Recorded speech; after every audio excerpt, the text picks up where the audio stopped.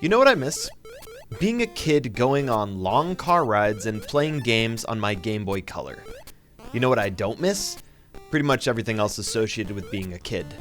Not being able to buy or afford stuff, being stuck going wherever your parents went, not having any say in the direction you wanted your life to go, needing to go to school and extracurricular activities, the social pressures of going through the most awkward times of your life with other people going through the same thing, and yet we all feel isolated and alone. Whoa. Sorry. I'm getting a little bit existential over here.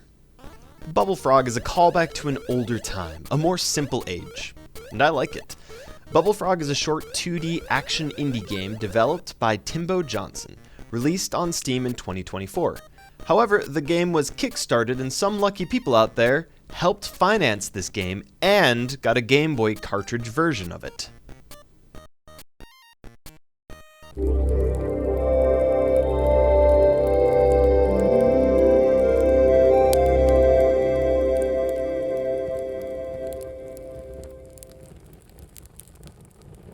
The story for Bubble-Frog isn't that deep. You play as a frog in a bubble, navigating 2D mazes, picking up onigiri. Why onigiri, also known as Japanese rice balls? Because they're an easy collectible to draw and put into the game. I mean, because of deep lore reasons. You wouldn't understand. This crazy guy called Onigiri lost and scattered them all over the game. What a crazy kooky fellow, that Onigiri. Matching the other crazy-looking, eccentric characters in this game you'll encounter between levels to give you tips, hints, and positive encouragement. Except that one time that guy told me there weren't any spikes in the next level, and dang it, wouldn't you know it, the whole level was spikes. Couldn't believe it. Bubble-Frog's story isn't that deep, but if we're thinking about other Game Boy games, there was a certain plumber who was running around jumping on Goombas, spiders, and turtles which exploded. And we all like that game just fine. I went on a bit of an internet creep deep dive, what we in the biz call research. Partially because I'm curious, and partially because I don't want to release a video which is only a few minutes long.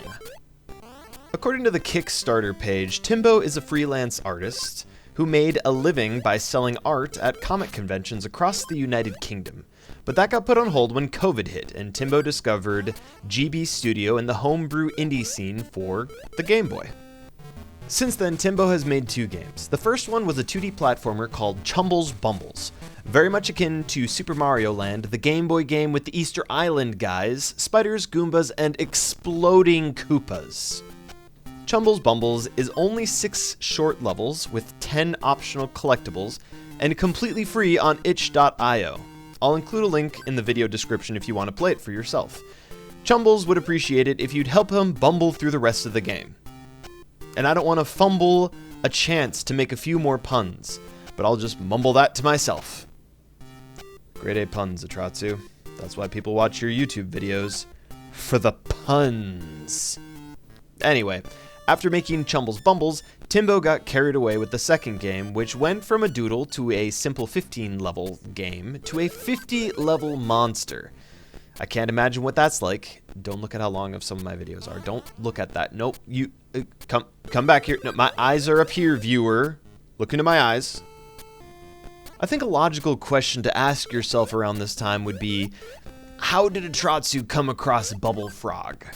I was wasting time on social media trying to interact with people to grow, and I came across Timbo Johnson on Threads. I like indie devs, and Timbo was already working on the next project. Well, Timbo followed me back and realized I review video games, and sent me a free copy of Bubble-Frog. No strings attached. The email read verbatim, "Don't feel under any pressure to review it if you don't feel like it will be a good fit for your channel. But even if you don't review it, feel free to keep the key." That's the perfect way to ask me to do anything. And I'm sure Timbo will watch the video, so everyone wave and say hello to Timbo in the comments. Timbo's either gonna love my awful accent or decide sending me the game was a mistake.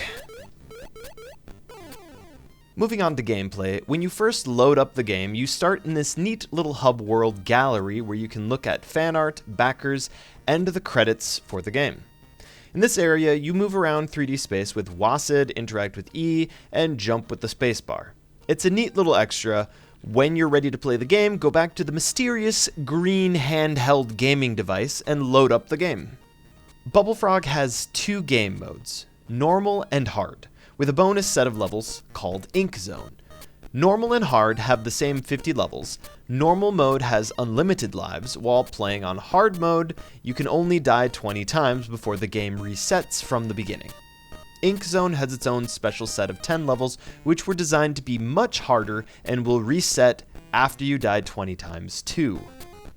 The controls are very simple. I played on a keyboard, and movement is handled with the arrow keys. You jump with the Z key and interact with the X key. You'll only use the interact key to flip switches and read signs. Bubble-Frog was set up to be a Gameboy Color game, so your Z key is your A button and your X key is your B button. If you're lazy like me and don't care about getting all of the onigiri, you can blast through the game in a few minutes on normal difficulty. And I'm bad at this type of game. You know Flappy Bird? I'm awful at it. This is like a better controlled Flappy Bird. If you wanted to take your time and collect all the onigiri, it might take you a couple of hours. Thankfully at this time, Timbo doesn't have Steam achievements on Bubble-Frog, because at some point, there likely could be Steam achievements for collecting all the onigiri, and I'm just not going to be able to do that, okay? I'm sorry. But it would make some achievement hunter gamers very happy to prove how much better they are at Flappy-Frog than I am. If you want to stop at any point, you can quit the game and pick up right where you left off with the continue option. I was experimenting for science! And you can only continue your current game. If you start a new game on normal, hard, or Ink Zone, it'll overwrite that continue with the latest game you played. In conclusion, I enjoyed my time playing Bubble-Frog. It's nice to go play retro games, and I know I don't really comment on graphics and music in my reviews very often, but all those keys were hit while playing Bubble-Frog. It really does feel like a game I'd put into my old Game Boy and play on car rides. Only now with backlight technology, I don't need to squint at the screen when it's dark at night or hold my hand over the screen to block it from the sun when the light's too bright. Really couldn't win back in the day unless it was regular omnidirectional light. Special thanks to Timbo Johnson for sending me this review copy of Bubble-Frog. Hopefully this review has given you a good idea of what this game is like, and if you'd be interested in picking it up for yourself to play. You know what? In addition to asking you to subscribe and follow on all my social media accounts, I'm going to ask you to check out Timbo Johnson's social media, especially if you're interested in game development stuff. Everything mentioned in this review will be in the video's description, including links to the free game Chumbles Bumbles and Timbo Johnson's social media stuff. Thank you for watching. Everyone say Atratzu says hello to Timbo for me, and I'll see you in the next review.